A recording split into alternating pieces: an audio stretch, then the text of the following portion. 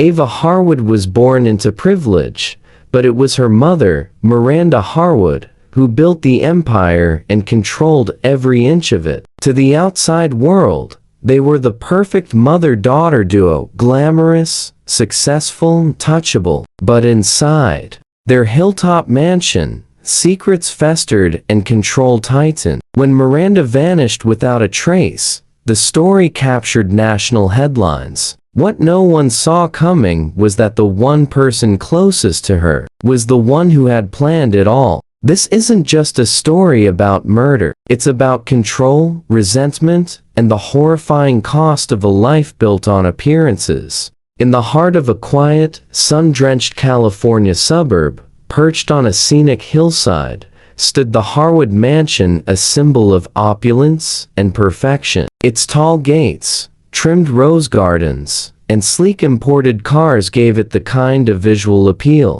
that made passers-by stop and admire. From the outside, it was the picture of success. Inside, the Harwood family lived a life most people only dreamed of. Miranda Harwood, the matriarch, was a self-made real estate mogul who had built her empire with sharp instincts and relentless ambition. Her life was polished and curated, flawless Instagram posts, exclusive charity galas, interviews in glossy magazines. Her daughter, Ava Harwood, was the final accessory to her perfect life. Beautiful, educated in Paris, and often photographed at her mother's side. To friends and neighbors, they looked more like sisters than mother and daughter. They wore matching designer coats, shared laughs at brunches, and appeared united in every way. Ava had recently moved back into the mansion after graduating from fashion school abroad. Miranda proudly told friends she was mentoring Ava to take over the family business. But something in the air had shifted. The warmth that once existed between them had gone cold. The staff at the estate, who had been with the Harwoods for years, started noticing small but unsettling changes. Doors locked that were never locked before. Long phone calls and hushed voices. A growing silence between Miranda and Ava, who no longer seemed to spend time together outside of curated public moments.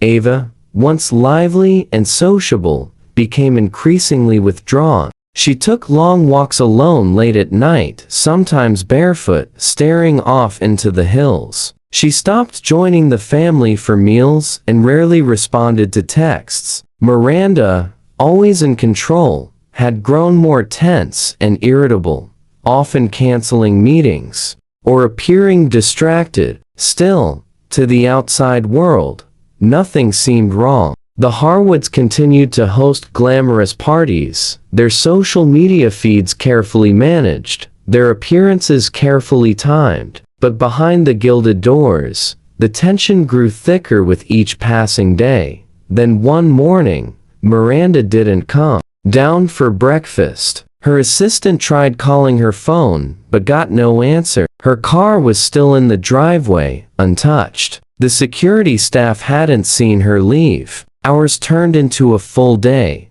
and by the next morning, she was officially reported missing. At first, no one could believe it. How could someone like Miranda Harwood, so visible, so powerful, simply vanish without a trace? The community held its breath. But as police began investigating, it became clear this wasn't a random disappearance. This was something else, something far darker, hiding beneath the surface of the perfect life on the hill. The search for Miranda Harwood quickly became headline news. Her disappearance wasn't just a local mystery, it was a media spectacle. Reporters swarmed the gated community, drones hovered over the Harwood estate, and social media exploded with speculation. Theories ranged from a kidnapping to a secret escape to avoid legal trouble, but none of them explained the eerie details uncovered in the first 48 hours. Her cell phone was found on her nightstand, still charged. Her purse with her wallet and keys was untouched. There were no signs of forced entry or a struggle. Her bed had been slept in, but the sheets were oddly neat. One of the mansion's many security cameras had been turned off the night she vanished, and others had no footage beyond 10:14 p.m. A highly unusual glitch in a high-tech home like theirs. Ava, calm and composed, told police that Miranda had left for a wellness retreat in Arizona, something she allegedly did when she needed to disconnect. She even showed a text message from her mother saying she was flying out that night, but investigators quickly found no flight records, no hotel bookings, and no communications after that final text. Even more suspiciously, the message was sent from Miranda's phone at 10:31 p.m. after the security cameras had already gone dark. Detectives started digging into Miranda's business affairs. What they found painted a much more complicated portrait. There were several ongoing lawsuits from former clients who claimed they had been defrauded. Financial records revealed massive wire transfers to accounts in the Cayman Islands, many of them routed through shell companies. Her legal team had been quietly trying to settle multiple disputes behind closed doors. It seemed Miranda's empire, once untouchable, was beginning to crack. Family members came forward with even more troubling revelations. Miranda's younger sister claimed that weeks before her disappearance, Miranda had confided in her that she felt watched in her own home. She suspected that someone had been accessing her personal laptop and going through her office at night. She even mentioned the possibility that Ava was behind it. According to her sister, Miranda had been planning to make changes to her will, leaving most of her estate to a charitable trust, and only a small portion, Ava. This was never confirmed by a lawyer, but it added another layer of suspicion.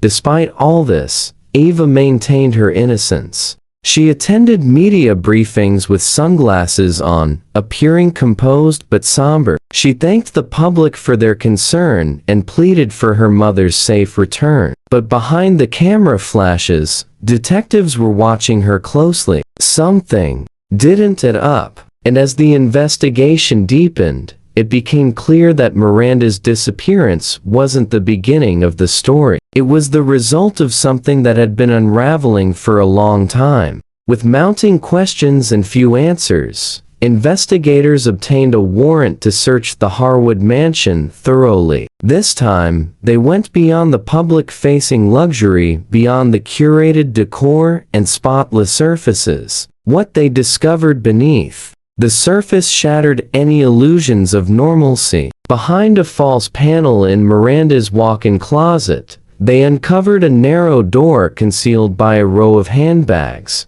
Inside was a hidden room, no larger than a small office. The air was stale, the light dim. Shelves lined the walls, stacked with documents, flash drives, hard drives, and handwritten journals. This was Miranda's private vault, unlisted in the blueprints, invisible from outside, and known to no one, not even Ava. According to initial statements, the contents were deeply incriminating. Legal papers detailed real estate transactions involving shell corporations and offshore transfers. Records showed how Miranda had siphoned money out of her own company, using proxies to avoid detection. Emails saved to hard drives revealed her dealings with unscrupulous investors and backdoor political deals. But the most chilling discovery was the set of journals. Among accounts of her business dealings were personal reflections, many centered on Ava. Miranda wrote about a growing sense of unease, how her daughter had changed after returning from Paris. She described Ava as distant, cold, and increasingly confrontational. Miranda suspected that Ava had been going through her belongings and even spying on her computer. These suspicions weren't just paranoid scribblings. Forensic teams found Ava's fingerprints on nearly every object in the secret room. Analysis of Miranda's home office desktop revealed keylogger software installed just weeks earlier, enabling someone to track every keystroke.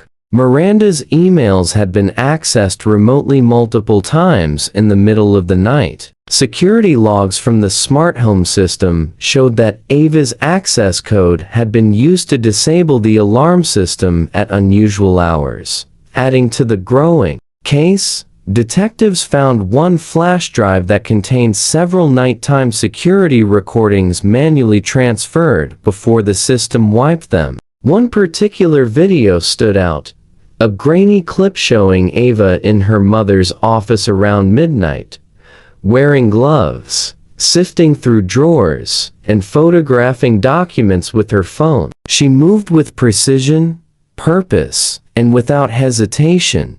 When confronted, Ava claimed she was simply trying to understand her mother's business and protect the family legacy, but the evidence suggested otherwise. Police were no longer treating her as a concerned daughter. She was now the primary suspect in what was increasingly appearing to be a premeditated crime. The facade was falling apart, and the mansion that once symbolized wealth and security had become a vault of secrets, many of them deadly. The case took a grim turn when forensic teams began inspecting the grounds surrounding the mansion. A recent home improvement project near the pool had caught their attention, specifically a patch of freshly laid concrete that stood out from the rest of the stonework. The landscaping around it looked rushed, the tile pattern slightly misaligned. When investigators broke through the surface, their worst suspicions were confirmed. Wrapped in layers of tarp and plastic was the body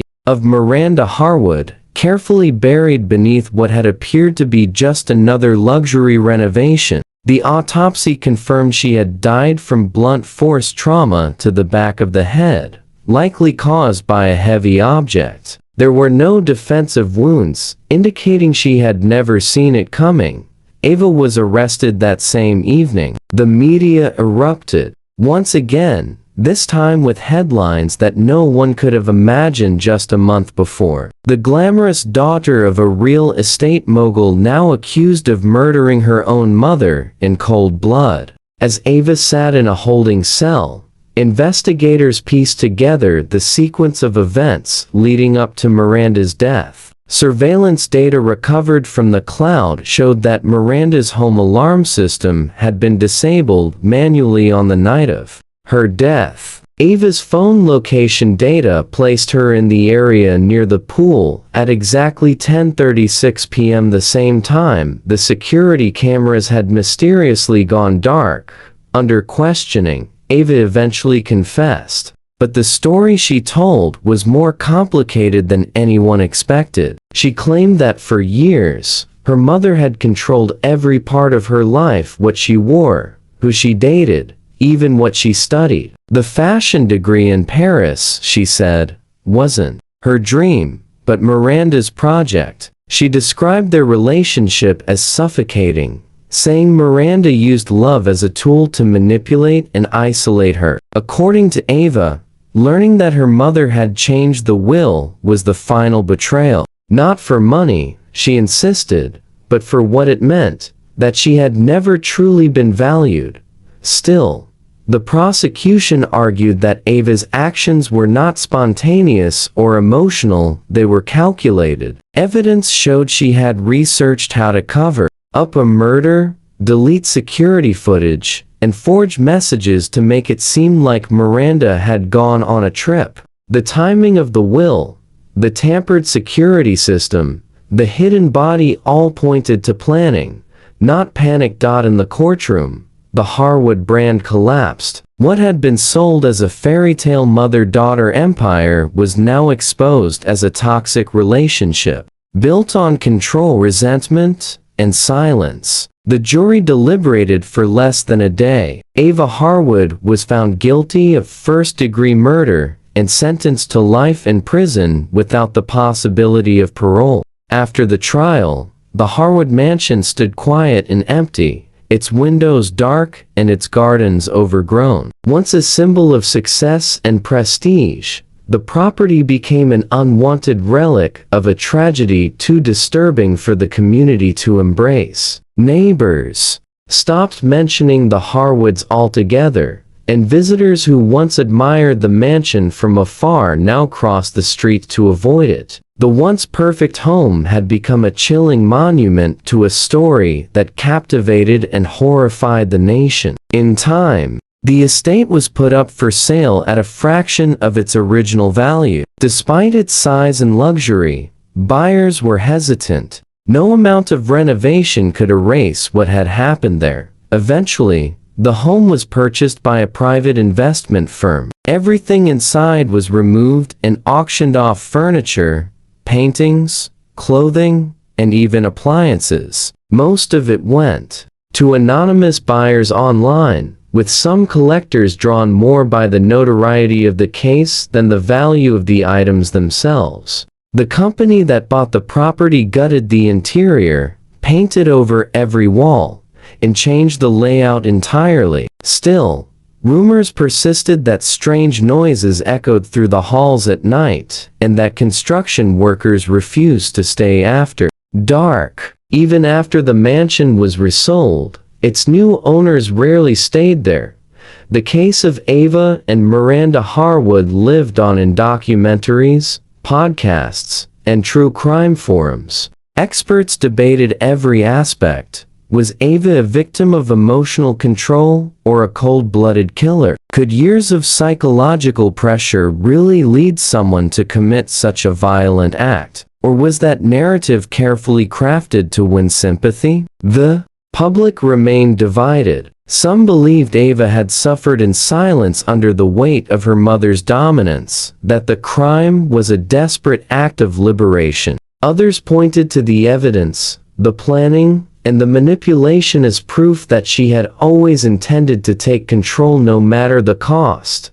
What no one could dispute was how carefully the facade of perfection had been maintained until the very end. Every image, every public appearance, every social media post had hidden a reality so dark it stunned even seasoned investigators. Behind the smiles, luxury, and designer outfits was a relationship filled with tension, fear, and control. In the end, it was not outsiders, rivals, or strangers who brought down Miranda Harwood. It was her own daughter, raised under her roof, shaped by her influence, and ultimately destroyed by the same world they had built together.